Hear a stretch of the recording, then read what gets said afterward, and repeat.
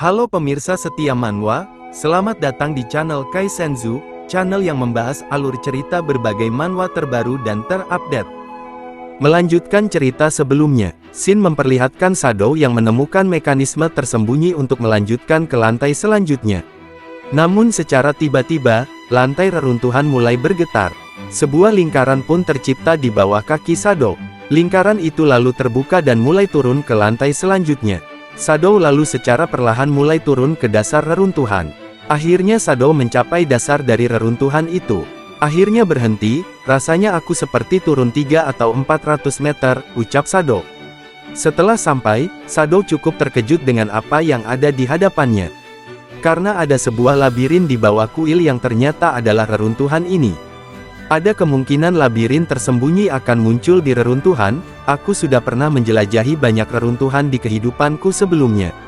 Ada banyak jebakan di labirin ini, namun selama ada umpan, tidak akan terjadi apa-apa padaku, ucap Shadow.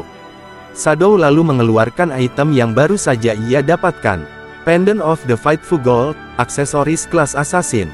Plus 15 agility, plus 20% pengurangan cooldown, persyaratan level 8. Memanggil Silver Tier Devout Follower untuk bertarung demi Anda. Bangkitlah. Shadow lalu mensummon monster Silver Devout Follower. Shadow lalu memerintahkan monster itu untuk maju dan mengintai dulu agar Shadow terhindar dari jebakan yang ada di labirin. Dengan adanya bawahan yang mengintai garis depan, menjelajah akan lebih mudah, ucap Shadow.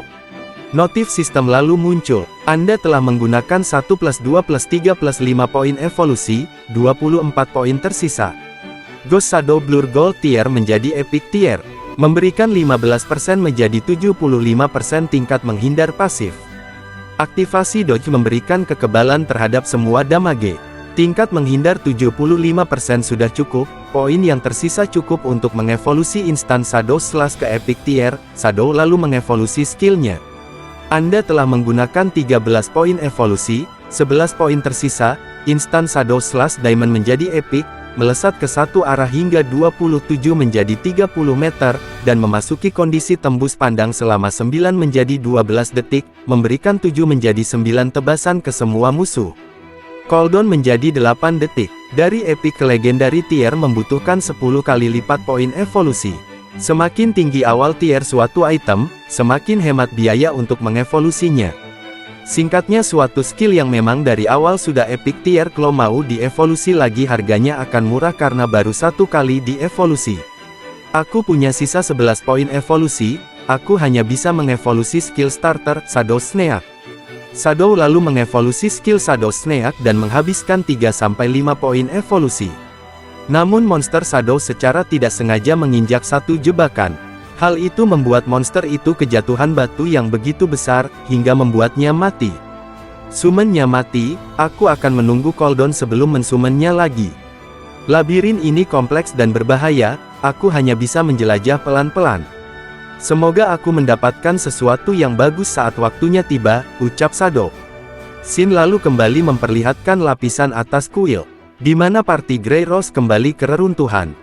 Kapten, aku bisa memastikan dua monster itu sudah menghilang, ucap salah satu anggota itu. Hal itu membuat Rose terkejut.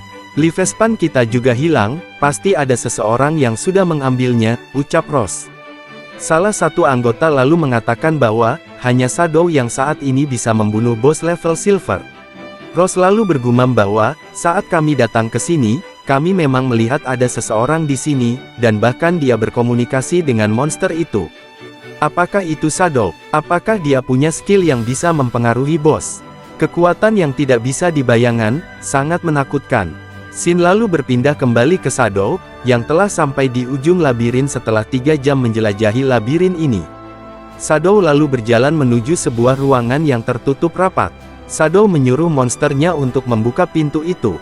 Namun pintu bahkan tidak tergeser sedikit pun. Tidak bisa dibuka. Ini aneh, pikir Shadow.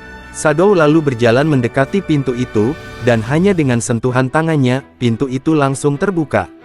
Angin yang cukup kencang mulai keluar beriringan dengan debu dari ruangan tersebut.